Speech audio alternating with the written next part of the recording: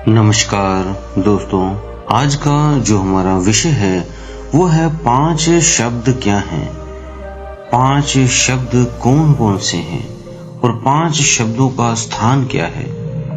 तो ये बहुत ही रहस्यमयी बात है, लेकिन आज हम आप सभी से शेयर करने जा रहे हैं कि वो कौन से 5 गुप्त स्थान है और 5 शब्द हैं। उन शब्दों का क्या अर्थ है, क्यों ये शब्द, कैसे शब्द आपको सुनाई देंगे, कैसे आप इनका सिमरन करोगे, वो सारी विशेष जानकारी आज हम आपको देने जा रहे हैं। तो दोस्तों, आप सभी का हम स्वागत करते हैं अपने चैनल में आत्मा से परमात्मा का सफर।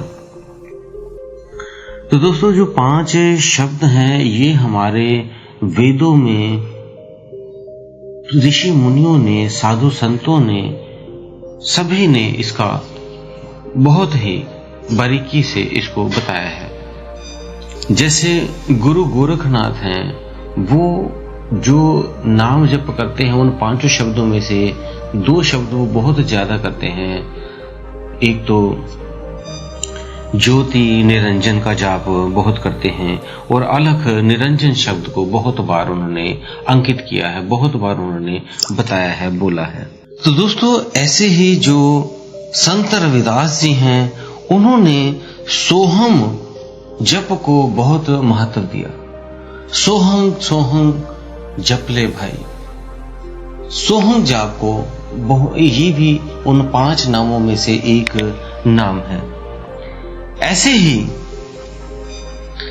एक नाम और है सतनाम, जो हमारे सिख धर्म के अनुयायी हैं वो सतनाम का जाप करते हैं। तो ये भी उन 5 शब्दों में से एक शब्द है। तो ऐसे ही ये अलग अलग संतों ने अलग अलग शब्दों का बखान किया है और कई संतों ने इन 5 नामों का भी बखान किया है। तो ये 5 नाम बहुत ही महत्वपूर्ण हैं। लेकिन अब ये जान लें, जब ये पूरे ब्रह्मांड, पूरा जितना भी ये सारा कुछ सृष्टि बनी है, ये सारा कुछ जब बना है तो एक शब्द से बना है। तो ये फिर 5 शब्द कैसे हो गए? तो ये जो उस तत्व तक पहुंचने के लिए एक समझ लें, जो एक शब्द है वो परम पुरुष का शब्द है। उसके नीचे 16 और शब्द हैं, जिनमें से एक शब्द निरंजन का है। वो जो निरंजन शब्द है वो उन्हीं में से उत्पन्न हुआ है। उसे आप एक उनका, उस परम पुरुष का पुत्र समझ लें चाहे। उस ऊर्जा ने इस 5 नामों को इस ब्रह्मांड में फैलाया हुआ है। एक एक नाम को आप जप कर उस एक एक स्थिति को प्राप्त करते हो। इसी को पहला जब वो लोक आता है तो हम इसे कहते हैं सहस्त्रदल कमल। दूसरा होता है त्रिकुटी, जिसे हम ब्रह्म लोक भी कह देते हैं। उसके बाद उसी में से रास्ता आगे जाएगा उस त्रिकुटी के माध्यम से, तो 10वें द्वार आपका आएगा 3रे नंबर पे, और 10वें द्वार को ही हम पार ब्रह्म भी कहते हैं। इसके आगे जब आप प्रवेश लोगे तो भंवर गुफा आएगी, और फिर उसके बाद 5वां जो हम कहते हैं वो सत लोक आएगा। तो ये जो 5 आपको मैंने बताए हैं, इन सभी का एक एक शब्द सुनाई देता है। जैसे आप देखते हो, आप किसी झरने के पास जाओ तो उसकी आवाज, झरने में जब पानी गिरता है तो अलग आती है एक आवाज। ऐसे ही किसी समंदर के पास जाओ तो उसकी आवाज अलग आ रही है। किसी नदी के पास जाओ तो उसकी आवाज अलग आती है, उस पानी की, जैसे जैसे वो झटके मारता है, उछलता है, इस तरह से। तो ये सभी तरह की जो अलग है, तो पानी है लेकिन अलग अलग आवाजें आ रही हैं। इसी तरह इन जो 5 पॉइंट आपको बताए हैं, सहस्त्रदल कमल आपका, त्रिकुटी है, 10वें द्वार है, भंवर गुफा है, सतलोक है, इसमें एक एक आवाजें आती हैं। अब जो ये 5वां हम शब्द कहते हैं सतलोक, ये एक्चुअल में सतलोक नहीं, ये निरंजन लोक है।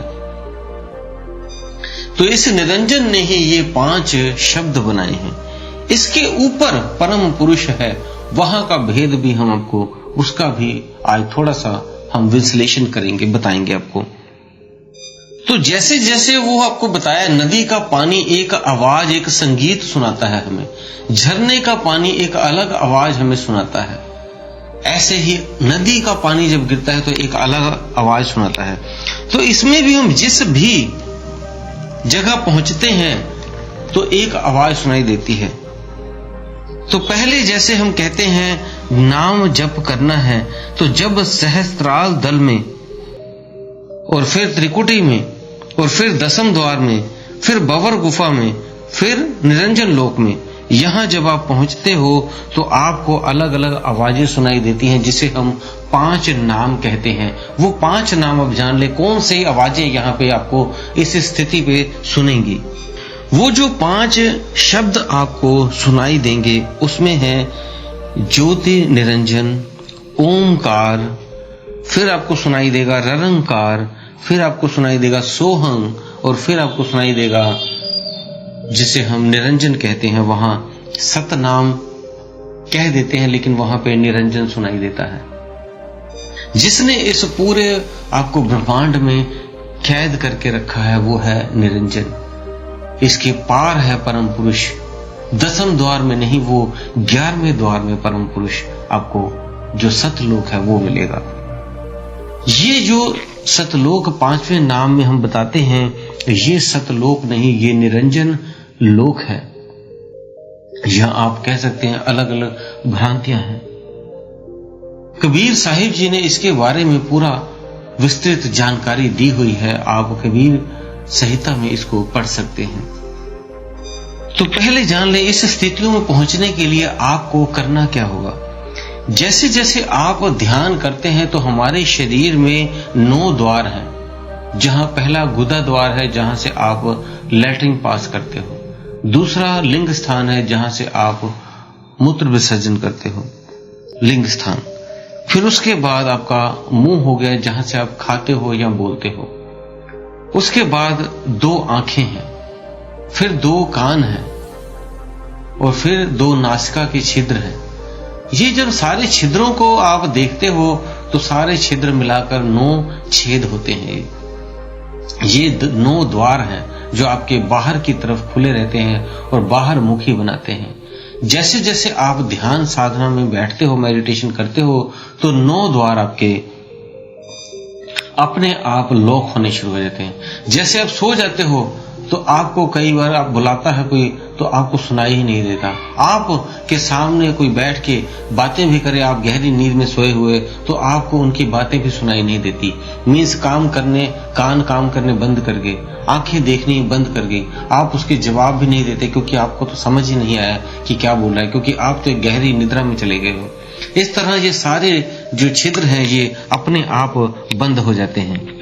ऐसे ही आप जब ध्यान करते हो तो ये सारे छिद्र की ऊर्जा सिमट कर ऊपर उठने लगती है, और जैसे जैसे ये ऊपर उठती है तो आपके ये त्रिकुटी में आ जाती है ऊर्जा। जैसे जैसे त्रिकुटी में आती है आपका सहस्त्रार चक्र भी चलने लग जाता है।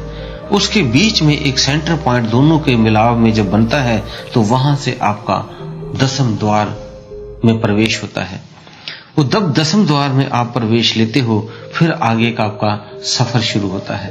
मीन्स 10वें द्वार का मतलब है आपने उस रास्ते को पार किया, भंवर गुफा को पार किया, निरंजन लोक को पार किया।